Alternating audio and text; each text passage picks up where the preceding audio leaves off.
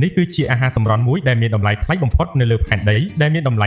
$299ក្នុងមួយចំណែកប៉ុន្តែជនជាតិអាមេរិកជាច្រើននៅតែសុខចិត្តបង់ប្រាក់សម្រាប់វាមិនមែនត្រឹមតែដោយសាររសជាតិរបស់វាប៉ុណ្ណោះទេប៉ុន្តែដោយសារវាមានលក្ខណៈធម្មជាតិទាំងស្រុងដោយគ្មានសារធាតុបន្ថែមវាទាំងអស់ចាប់ផ្ដើមជាមួយនឹងពូជដំឡូងជ្វាចិនពិសេសមួយប្រភេទនៅពេលមើលដំបូងវាហាក់ដូចជាតូចនិងធម្មតាប៉ុន្តែវាមានជាតិស្ករធម្មជាតិច្រើនជាងពូជធម្មតានៅពេលដែលកម្ដៅវាក្លាយទៅជាសរសៃស្ករពណ៌មាសដ៏ស្រស់ស្អាតដំណើរការគឺយឺតនិងមានភាពជាក់លាក់ខ្ពស់ដំឡូងជ្វាត្រូវបានលាងសម្អាតយ៉ាងហ្មត់ចត់កាត់ជាដុំៗដេងដែលមានទំហំប៉ុនគ្នាហើយបន្ទាប់មកដុតយឺតៗក្នុងសេចតុណ្ហភាពទាបរយៈពេលជាច្រើនម៉ោងការចម្អិនបែបថ្នមៗនេះបណ្ដេញសំណើមយឺតៗខណៈពេលដែលធ្វើឲ្យជាតិផ្អែមធម្មជាតិរបស់វាកាន់តែខ្លាំងនៅពេលបញ្ចប់ផ្នែកខាងក្រៅប្រែជាស្រួយតិចៗចំណែកផ្នែកខាងក្នុងនៅតែទន់ស្វិតនិងផ្អែមខ្លាំងស្ទើរតែដូចស្ករគ្រាប់ធម្មជាតិសម្រាប់រាល់ដំឡូងជ្វាឆៅ 2.2 ផោនប្រហែល 1 គីឡូក្រាមនៅសល់តិចជាង 1/3 បន្ទាប់ពីការកែច្នៃរួមផ្សំជាមួយនឹងការជ្រើសរើសដោយដៃយ៉ាងហ្មត់ចត់និងការត្រួតពិនិត្យជាបន្តបន្ទាប់ពេញមួយការផលិតដុំនីមួយៗឆ្លុះបញ្ចាំងពីពេលវេលាសិល្បៈនៃការផលិតនិងការអត់ធ្មត់